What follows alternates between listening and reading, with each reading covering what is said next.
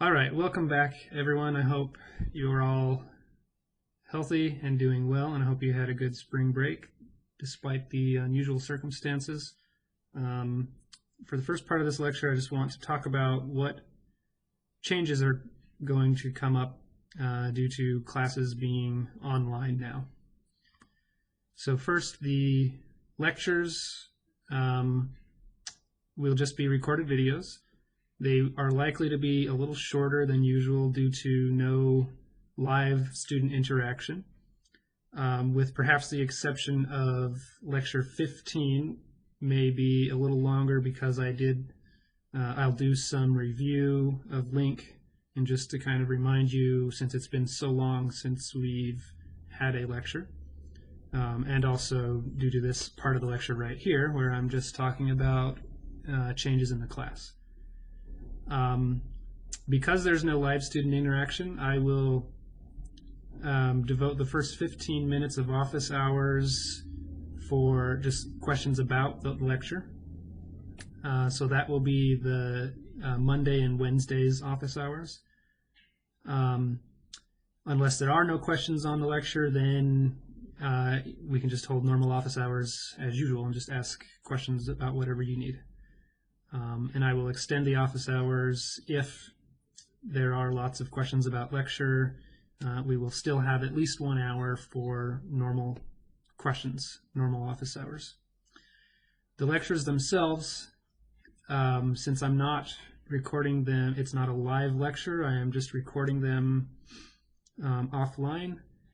They may have cuts or splices. I'll try to make them as seamless as possible, but just do let me know if you're noticing problems with the lectures or if they're not working out for you. The lectures themselves will be broken into multiple parts now, so instead of one large video, just the whole thing for lecture 15. Lecture 15 will be 6 parts, and each of them are roughly divided into the separate areas that they cover. So hopefully that will make it easier for you to consume the lectures on your own time. Maybe you can watch a couple parts and then take a break and come back, or whatever. Do whatever you need. Since the class is now online, there will be quizzes associated with each lecture just to keep everyone on track and on pace, in order to avoid the problem of just forgetting about class for weeks at a time and then going and trying to binge watch all of the lectures and try to get caught up.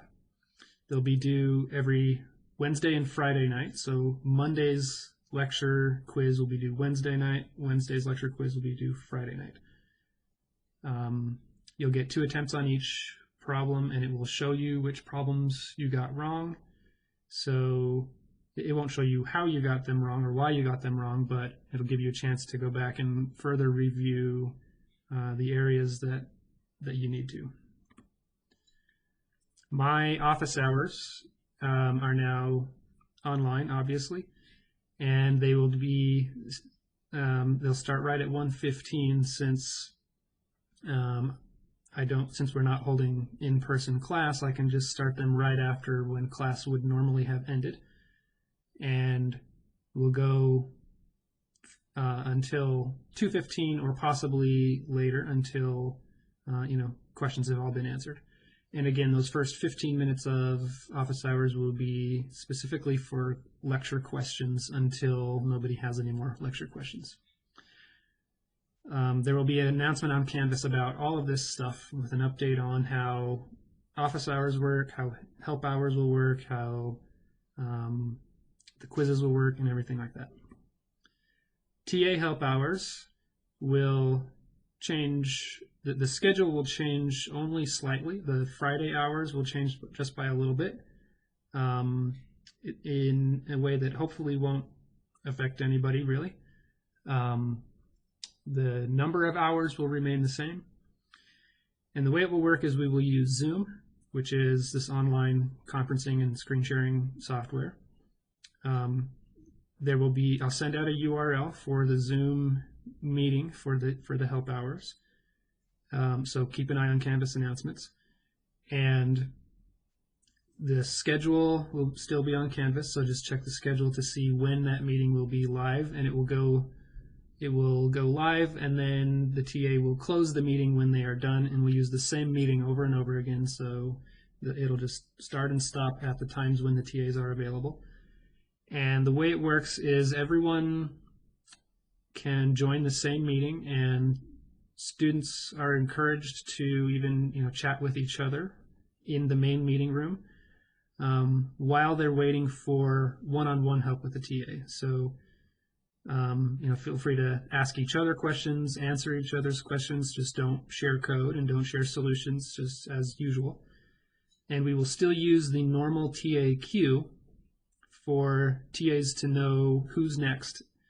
And then when it's time for them to help you one-on-one, they'll use something called a breakout room, where you and the TA will be moved into a one-on-one room, and everybody else in the queue will still be in the main room, and they can still continue discussing and answering each other's questions.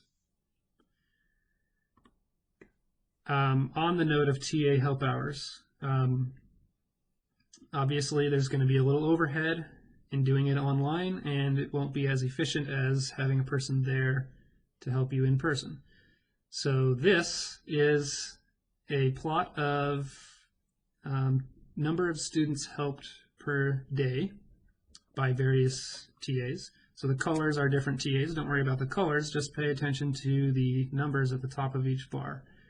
And take a guess which of these days are Fridays. There's a Friday, there's a Friday, there's a Friday. This week here was actually a miracle, and here was a Thursday having slightly more help than a Friday. But the point I want to make, and the reason I'm showing this, is don't wait until Friday when everyone else is going to also want TA help. We simply just may not have the capacity to do it anymore now that there's extra overhead, and it might just take longer to help each student since we have to do it online. So please just take advantage of all of these other days where the TAs were basically sitting there twiddling their thumbs with nothing to do. They're still available, and they'll be ready to help you.